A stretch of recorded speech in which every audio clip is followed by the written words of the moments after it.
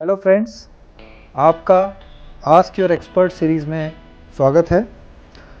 आज का सवाल जोधपुर से शालिनी जी और उदयपुर से साकेत जी ने फूड पाइप के कैंसर से संबंधित पूछा है।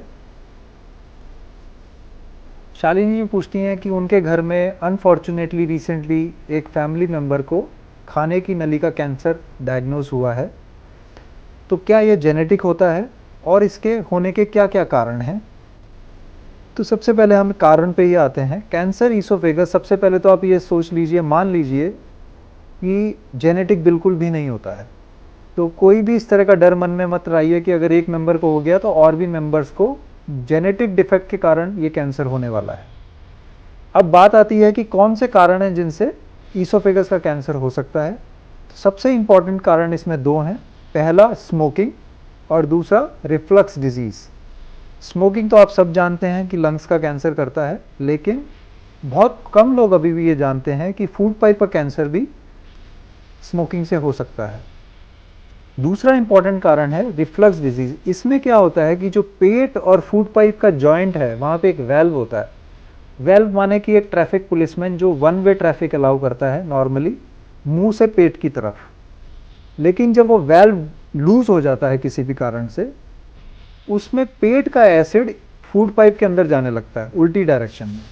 उसकी वजह से कुछ चेंजेस आते हैं वहाँ पे, जैसे कि ईसोफेजाइटिस होना, एक बैरेट्स ईसोफेगस हम उसको बोलते हैं, स्ट्रिक्चर मतलब नैरोइंग होकर रास्ता रुक जाता है, और फाइनली कैंसर ईसोफेगस बनना।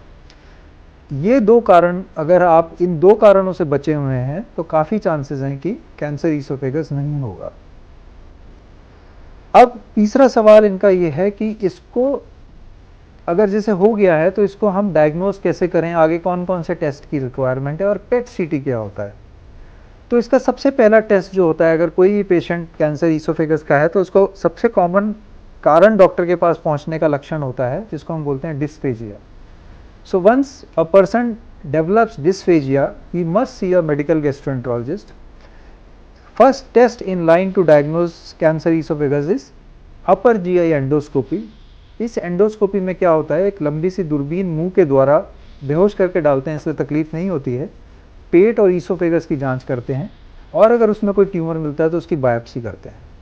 बायोप्सी से जब ये कंफर्म हो जाता है कि ये कैंसर है, तो फिर उसके कुछ टेस्ट होते हैं, जैसे सीटी स्कैन नेक का, चेस्ट का, पेट का, फिर आगे पेट सीटी स्कैन, कभी कभी एंडोस्कोपिक अल्ट्रासाउंड की भी ज़रूरत पड़ती है।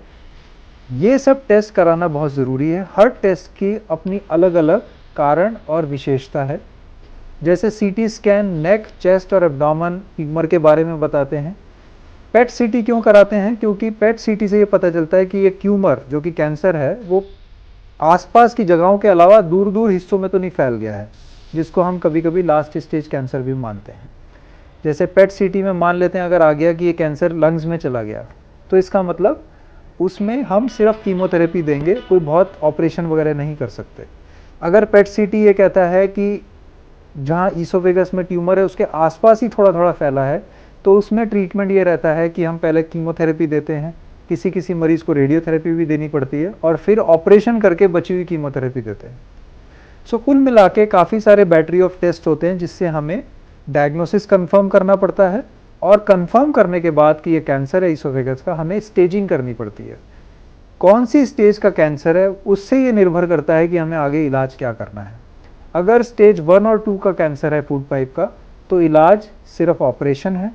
अगर स्टेज 2 का लेटर स्टेज या 3 है मेनली, तो हमें पहले कीमोथेरेपी रेडियोथेरेपी देना पड़ेगा, फिर ऑपरेशन और फिर बची हुई कीमोथेरेपी।